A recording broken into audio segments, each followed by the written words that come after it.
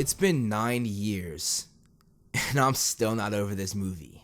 If you see my channel, you know that Avatar: The Last Airbender is one of my favorite shows, and I've made countless videos on it. I've watched it too many times to count, and every time I do, it draws me into this amazing world. When it was announced that they were making a live-action movie based on the series, I was ecstatic. Unfortunately, I don't think a movie has ever let me down more than The Last Airbender did. Since I saw this movie in theaters, I have not revisited the film. I have not watched any reviews, although I knew that they were terrible. And now, for the first time in 9 years, I'm revisiting this pile of garbage. And as a film student, it hurt me to watch parts of this movie. In this video, I'm going to discuss how this movie disrespected the original series so much, and why it's such a bad movie. M. Night Shyamalan wrote, produced, and directed this film, and some of his work I'm a fan of, like The Sixth Sense, but most of his other work is complete garbage, and this might be the biggest pile of garbage he's ever made, which is saying something. I cannot even fathom how much he disrespected this incredible and almost flawless show. This film was based on book 1 from the series, and initially they planned to make all 3 books, but after this one failed miserably, that idea was dropped. So what went wrong with this film? I have a whole list of things, but let's first start with the characters. When you're telling a story, characters are the most important part. They are who the audience follows on the journey, and they shape the overall narrative. The original series did this perfectly. The characters are relatable, have defining characteristics, and have goals they want to reach. Aang wants to become the Avatar and stop Ozai. Katara wants to learn waterbending and help Aang on his journey, and Sokka wants to lead his team and make his father proud. The thing is, with this film, we do not get the characters that we know and love from the original series. For starters, their names aren't the same. They mispronounce so many things in this movie, and it bugs the hell out of me. They say Aang, the main character's name, wrong. My name is Aang. They say Sokka's name wrong. My people are dying, Sokka. They say Iroh's name wrong. General Iroh, I'm glad you could accept my invitation. And they mispronounce so many other things like Agni Kai. Agni Kido.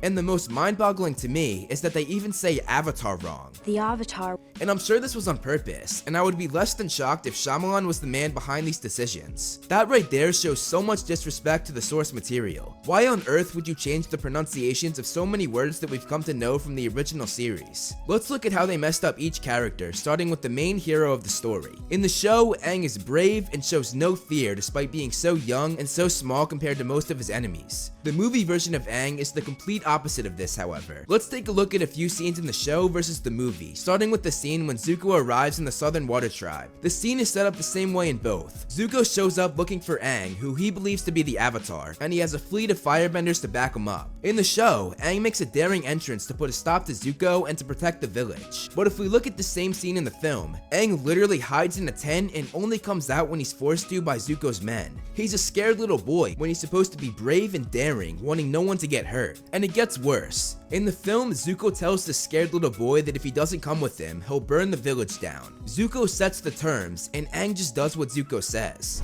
I'll go with you.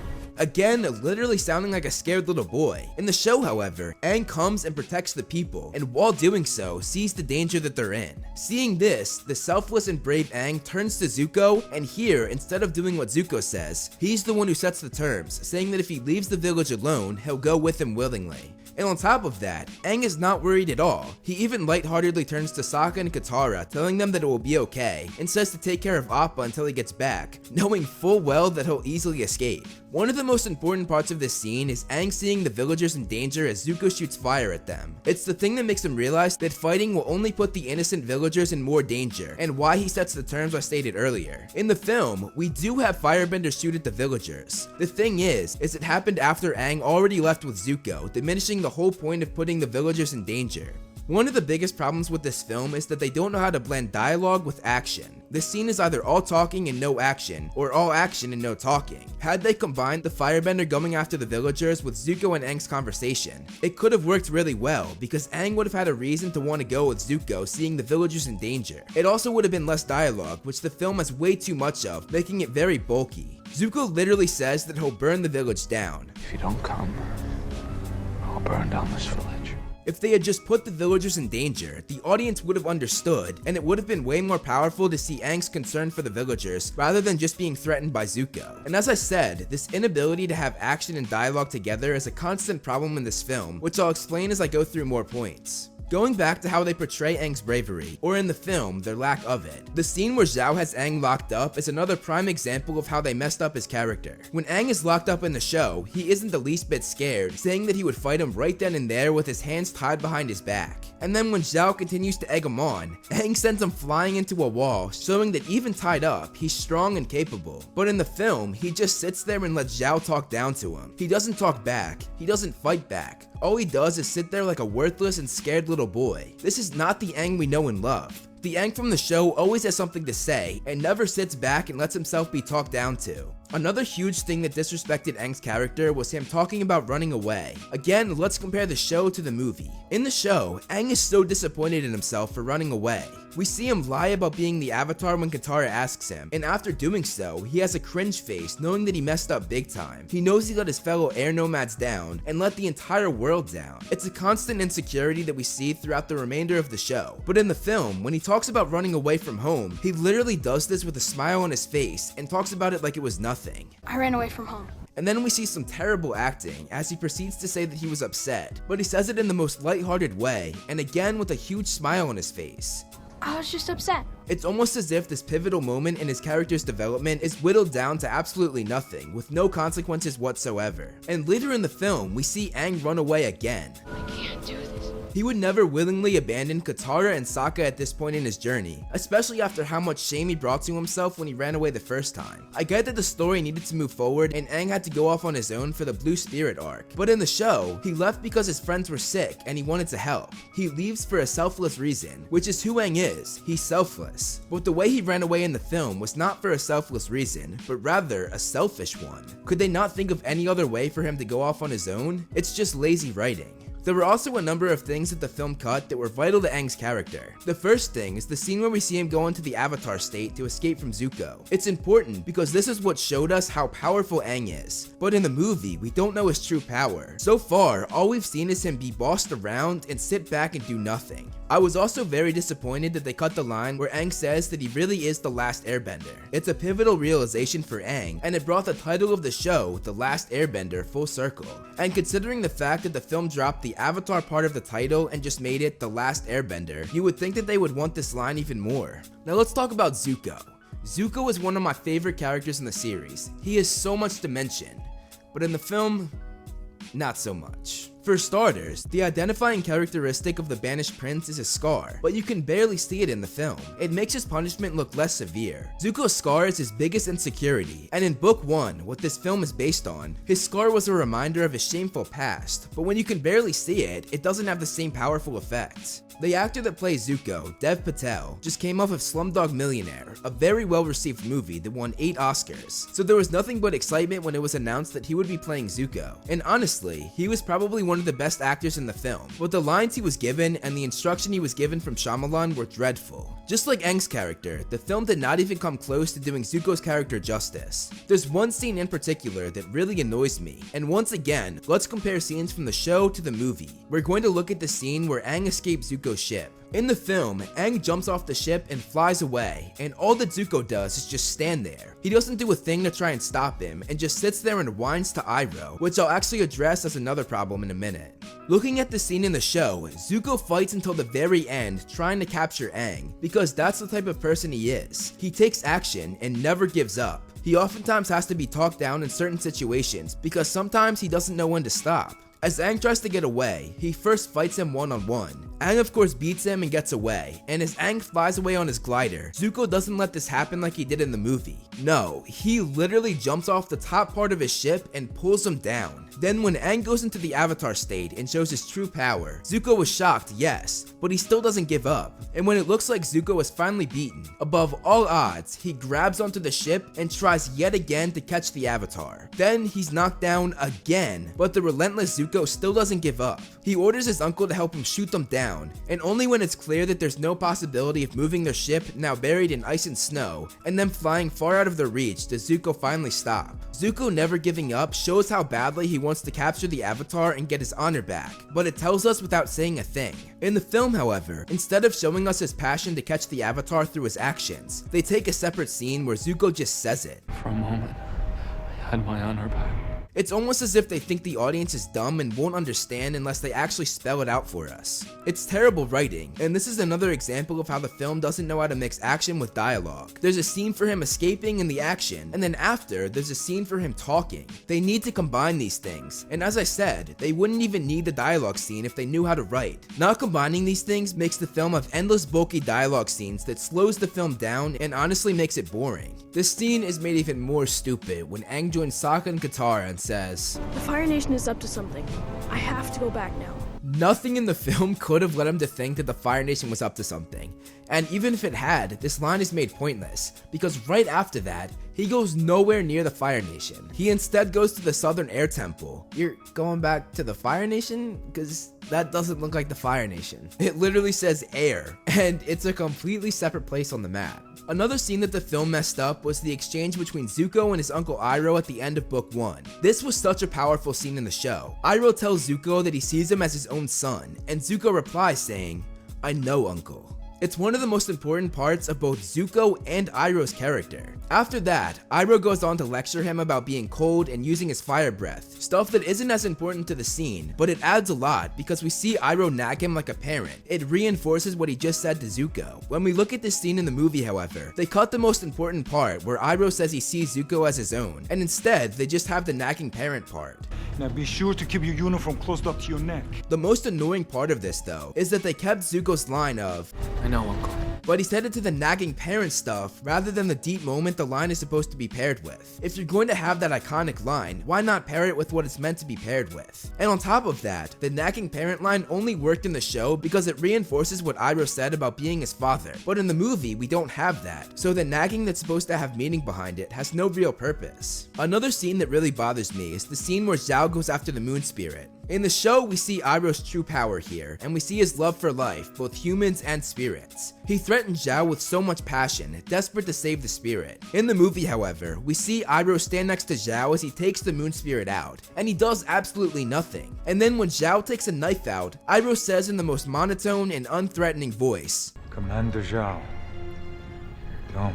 He's literally within arm's reach as Zhao pulls his knife back and stabs the spirit, and he does nothing. Bro, you were right there. The Iroh from the show would not have just stood there and watched. He would have taken Zhao down before he even had the chance to pick up the spirit. And in the show, that's why they had him come in after Zhao had already captured it. They disrespected the hell out of Sokka in this film as well. The lack of understanding that Shyamalan has for these characters is mind-boggling, and this is especially prevalent with Sokka. Sokka is a funny, goofy guy who at times has confidence, but as more and more of those around him are benders, his confidence drops. But for this video's sake, we're going to focus on Sokka from book 1, who is still confident and goofy. The introduction to his character is perfect. He's called out for flexing as he looks at himself in his reflection. This is the Sokka that we know and love. Sokka is also known for being the guy who makes the plans. He's the leader, the one who put the whole Black Sun invasion together, the one who came up with their well thought out plan to escape the boiling rock, the one who came up with almost every plan Team Avatar had. He's a go-getter and a natural leader. In the film, however, the Sokka that I just described is not the one we got in the film. For starters, he barely used his boomerang, the thing that's his trademark weapon, but I guess I can forgive that. What I can't forgive is that they made Sokka, who's supposed to be goofy, a brooding guy. What would you do if they tried taking me away? I'd kill them all. What is he, Batman? 1, that's not how Sokka talks. 2, that's something that the Sokka from the show would never say. They also made him worried and hesitant. Let's again compare scenes between the show and the movie. The scene we're gonna focus on is the one right after Aang was captured. In the movie, Katara says that they have to go after Aang, and Sokka says, What do you want us to do, Katara? How are we supposed to save him?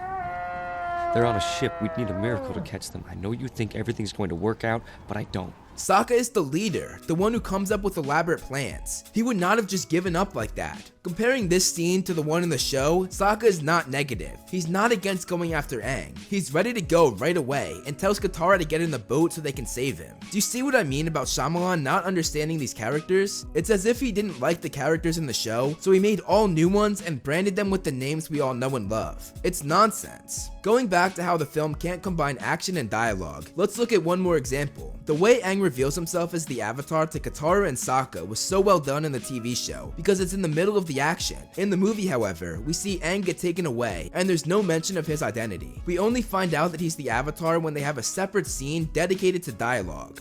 I believe that little boy might be the Avatar. They should have had this reveal in the middle of the action like the show did, and it would have cut perhaps the bulkiest dialogue scene in the whole film. And it's also very unsettling that Aang isn't the one to reveal himself to his friends, instead Sokka and Katara's grandmother being the one to do this. Now the title of this video is how this movie disrespected such a great show, and I'm about to give you example after example. There are a lot, so here goes. The whole point of Book 1 is for Aang to make it to the Northern Water Tribe so he can get a waterbending master. That's their plan from the start. That's the journey the three are embarking on. In the movie, however, they have no plan whatsoever. They just go from place to place for no real reason at all. It's not until almost halfway through the movie that Aang is told to go there, and it's for a completely different reason. Instead of going for bending training, he's told to go there to save the Moon Spirit, something that at this point, no one is supposed to know about except for Zhao and Zhao himself, though they messed that part up as well by having him tell Ozai about it, something that Zhao from the show would not have done because he wanted all the glory, but by telling the Fire Lord would obviously take credit for it, leaving Zhao with no credit. But anyway, the mission that is supposed to drive all of Book 1 is just not there. And the thing that really messed me up was the dragon spirit that told him this. I guess the dragon was supposed to replace Roku, but why not just have his real past life? Why make it a dragon? Especially because dragons don't even talk in the Avatar world, including the spirit world. When basing a movie on already existing source material, you can't just make up a dragon spirit. But then again, Shyamalan made up all new characters, so what's adding one more? Another thing they added which made no sense was the test conducted to see if Aang was the Avatar. This is not how bending works in the slightest. They keep making stuff up, and it's so disrespectful to this amazing show. The biggest thing for me, however, is the way they show firebending. In the show, firebending comes from the bender's core. They can make it appear from nothing. But in the movie, if firebenders want to bend, the fire has to be already existing right in front of them. That's how waterbending works, yes, but firebending comes from their inner chi. Why are they just changing the rules? Rules that were established from the beginning, and rules that are one of the most important parts of the show. At the end of the movie, however, we of course see Iroh bend fire from nothing, and it's a huge deal. He's making fire out of nothing. But that's how it's supposed to work. It's nothing special. At least it shouldn't be if the film is based on the source material, which the more I dive into this film, the less I think it is. They also said that Sozin's comet was supposed to come in 3 years. Sozin's comet is returning in 3 years. But in the show, Roku says that the comet will come by summer's end, meaning that the show takes place roughly around a year. This is made pointless though, because the rest of the films were cancelled, so we never even got to see that. One thing that is truly awful is that Katara and Sokka don't find out Aang's real name until what would be the 3rd episode of the TV series. Is it okay if you tell me your name? The monks named me Aang. Why did they wait this long? Why didn't they have Aang tell Katara his name when they were in the tent? He told her his whole life story and how he ran away from home, but he forgot to say his name? And this gets even worse, because Katara goes on to say that the boy is their responsibility. This boy is our responsibility. Katara, you don't even know his name. Why is he your responsibility? With all the things I just talked about, this doesn't even scratch the surface of how bad this movie is. As a former film student, it hurts me to watch parts of this movie. The CGI is terrible, which is especially bad because the film relies so heavily on it. The bending is comical. It really is. It's so bad.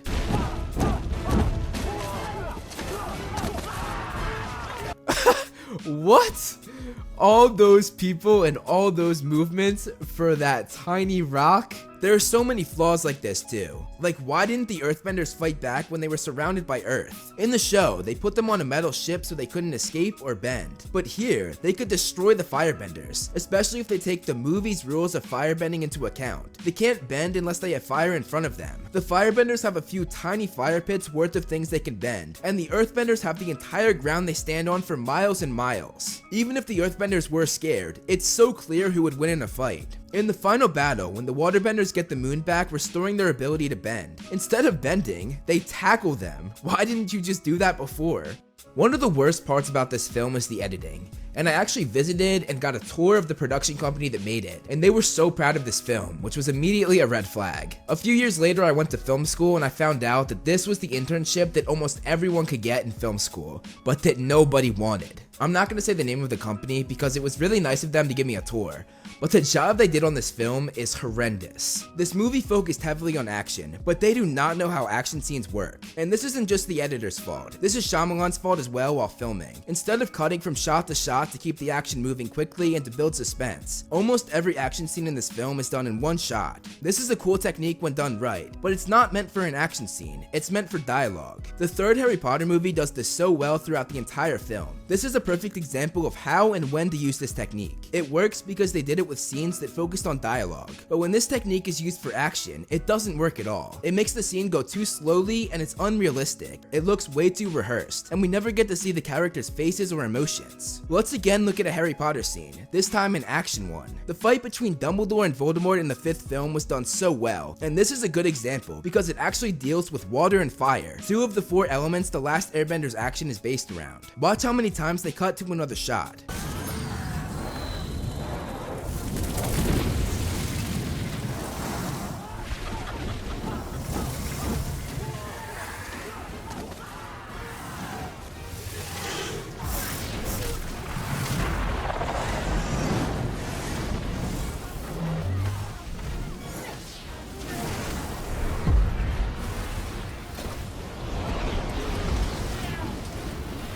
It works well because not only do we see the action from far away, close up, and have suspense build with each change of shot, but we also see the characters' emotions as they do close-ups of their faces and show Voldemort laughing, or show Harry being scared, or Dumbledore's extreme concentration to hold Harry back but still compete with Voldemort. That's how an action scene is supposed to be done. Shyamalan needs to know when to use certain filmmaking techniques and when not to use them. One of the movie's biggest problems are its terrible transitions. With almost every change of scene, they dissolve, the most basic and simple transition, and when done right, it's effective. Sticking to the Harry Potter examples, one of my favorite dissolves in the series is in the first Harry Potter film when it dissolves from Harry, who just found out how his parents died, to an establishing shot of King's Cross. An establishing shot meaning the first shot of a scene that is far away and shows where the scene takes place. You normally see this kind of shot at the beginning or at the end of a scene. It's editing 101. One of my favorite establishing shots in any movie was in the Avengers after Thor, Iron Man, and Captain America's fight. This is an example of an establishing shot at the end of a scene. It's the calm after the action, and we see all 3 heroes from afar, and as it zooms out, we see the damage the fight caused, the perfect way to end the scene. There's one transition in this film that is by far the worst. We see the men go after Aang and Zuko, and not only does the final shot of the scene not have an establishing shot, but it's a fast-paced shot that is a prime example of what to use in the middle of an action scene. You can't end a scene on an action shot, and you especially can't do this with a dissolve.